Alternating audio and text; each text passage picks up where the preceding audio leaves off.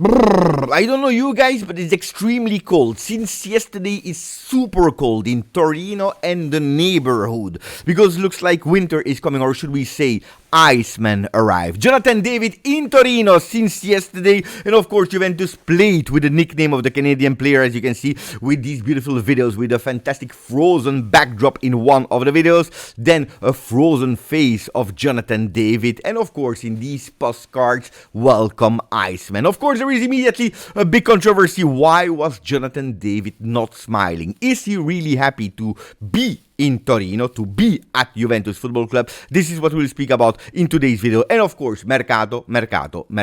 Ciao Juventini of the world, my name is Giuseppe, welcome back on the channel. I hope you're all doing well. We start immediately with a maximum of like. Don't forget to subscribe to the video and also to put some comments about the arrival of Jonathan David and the names that we'll speak about in today's video. If you're asking yourself why this totally different background with a lot of different teams, I will reveal you that in a second. So let's start with the big controversy. Jonathan David is not smiling. Why is he not smiling? He could at least have smiled a bit when he arrived in Malpensa in Milano, smiling to the journalists, smiling to the supporters. Ragazzi, there is a reason why the guy is called Iceman. It's all in the nickname, and if you would have gone just on Google typing why Iceman, well, the answer is there. It's due to his calm and composed demeanor, particularly under pressure. It's a nickname that has been given to him from John Herdman, the coach that he had when he was at Canada, the national team, of course. It's a player that it's all in the name, the nickname Iceman. The guy is not smiling. He's probably an introvert, is one that, of course,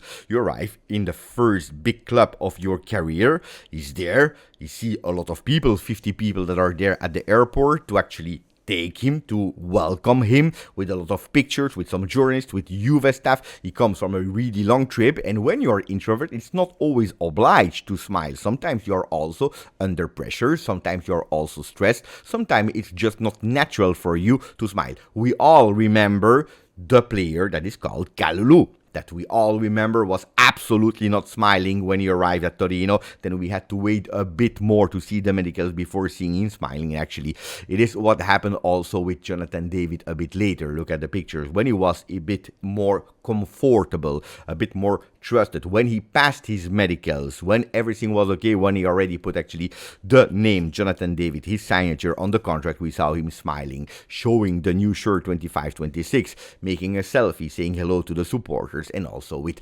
Damien Comolli that said it, in what language will we speak? French or in English? Comme vous voulez, as you want, was the answer of Jonathan David. That yesterday I had a bit of fun because Iceman, because all these kind of things, well, it brought me back to Mortal Kombat. Do you remember Mortal Kombat with Sub-Zero that I never saw smiling, but mamma mia, he was so strong. And this is, according to me, the most important thing, that Jonathan David is actually lethal on the field. That he's smiling or not off the field, this is absolutely not my problem.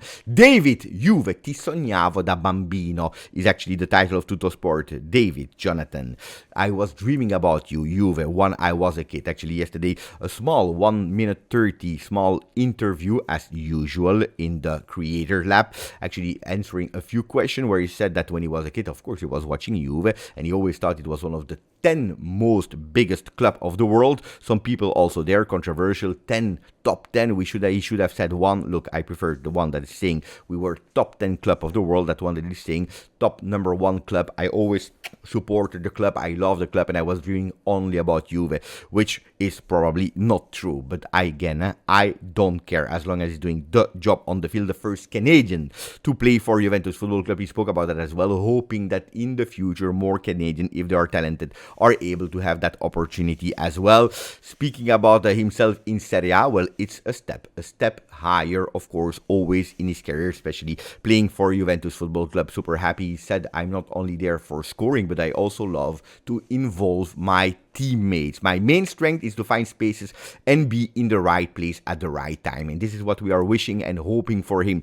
The masterclass is also the one of Comolli that was able to renegotiate the initial request from the entourage. We said it, that were 25, 30 million euro bonus immediately to have the player. Well, Damien Comolli was able to reduce it to 12.5. 12.5, that is a bit higher than what I told you yesterday, but the masterclass is that we are able to pay it in 3 different years, so it will not impact immediately all the budget of this season 25-26, which is actually a beautiful masterclass. Well done, of course, masterclass, if he will do well or not. Now, answering the question, why the wall? Why the wall totally changed with Leverkusen, with Inter Miami, with Barcelona, the USA national team shirt.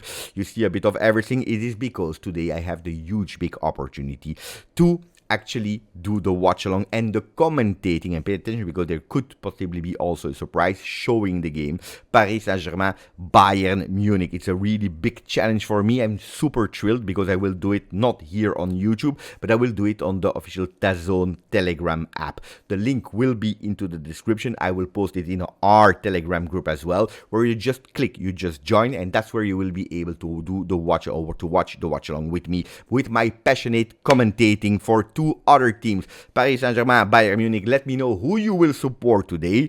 I think you can imagine who I will support today, but that's another story. Ragazzi, it would really help me a lot as a content creator if at least you could pop in and sing hello Beppe, we watched the video, we are here to support you. Then if you stay the entirety of the game or not, it will depend if I'm able to convince you or not, but if you are able to, that will help me so much, because then maybe new doors, new opportunities can open themselves. Now, speaking about dark shirt, like the one that I had on that thumbnail, well, we have a beautiful dark shirt, the 3rd shirt that yesterday has been leaked. It is not official yet by Adidas and Juve, but has been leaked with really high HQ pictures, 4K picture, you can call them how you want, but high quality pictures, where you see all the details of the 3rd shirt of Juventus 25-26.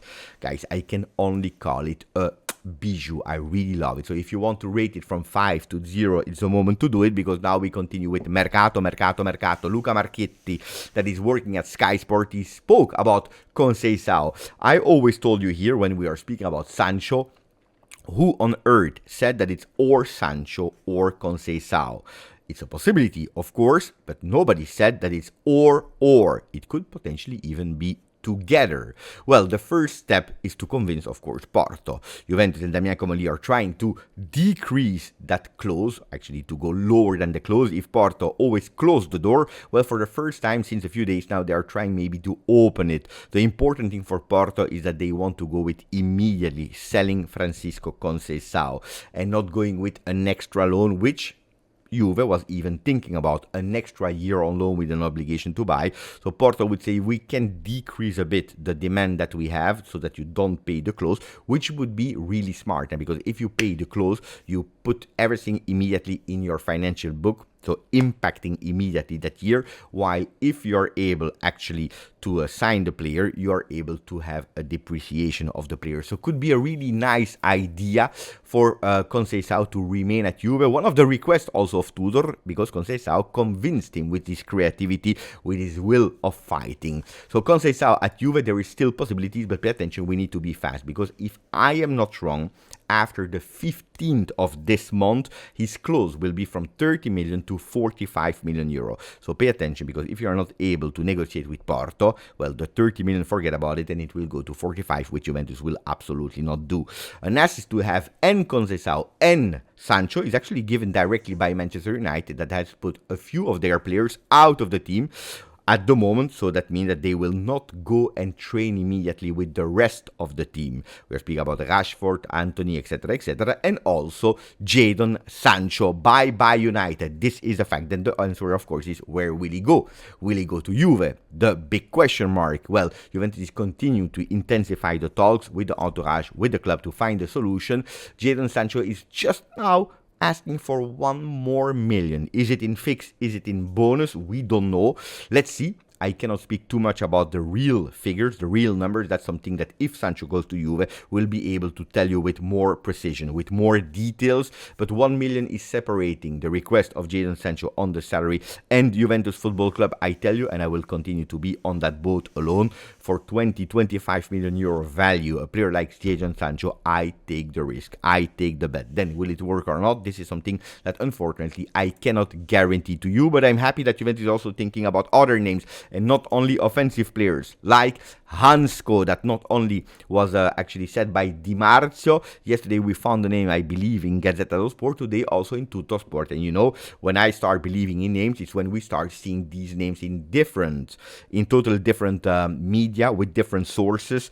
At the moment, Feyenoord is still asking for 30 million euro, which is a lot, which is too much. But Hancko said it's time for me to leave. I want to go or back in Italy, or I want to go in another league, but it's over. My time in Eredivisie is over. You know that he is my priority, not for 30 million euro, but he's my priority. Other names that are there are the ones of Balerdi, a big name for Marseille, Pereira, and also Laporte, even if these names are quite difficult for different circumstances. So let me know your preferred extra defender. Is it Balerdi? Is it Pereira? Is it Laporte? Is it Hancko? Let me know in the comment section. And then we go towards something else. That today Gazzetta dello Sport is telling us Juventus is looking, observing, asking information about Bissouma, player from Tottenham that played also at Lille. Looks that there is a huge big love story between Juve and Lille. And also for Widmer, ex-Udinese player. When I'm stopping at the first name, Bissouma, that will probably not make a lot of people dream. We know it. And players from Tottenham, usually, we don't really are super in love with because of the results of Tottenham. We know it. Even if they won a cup. Let's be honest, they won a cup this time. But let's say that Bissouma is actually is revealing us the idea, the strategy of Juve. After what I told you, Juve is looking for the new Emerson after Hjulmand. Well, we have these kind of profiles.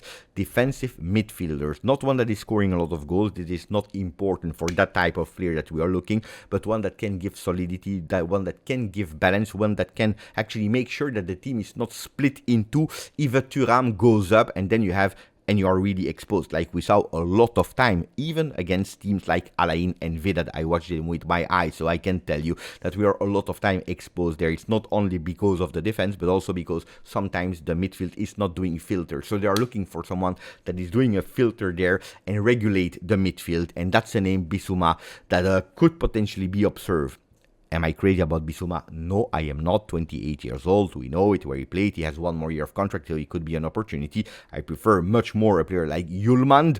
But you know and you see the type of player that can potentially increase the midfield instead of a Douglas Luiz type of player, for example. Then, of course, it's a question of gusti, of a taste. Who do you prefer? Then Widmer, again, he's telling us that we are looking at a player on the right side, but hopefully it will not be Widmer. That's it for the video of today. I hope you enjoyed it. If you did, please put a maximum of like. Don't forget, if you really love the channel, support Beppe as a content creator, because it's a big game, a quarterfinal, Paris Saint-Germain, Bayern Munich, the watch-along in the DAZN FIFA Club World Cup Telegram group. I will put the link into the description, but also in our Telegram group. It's now the moment to do it. Grazie, forza, Juve.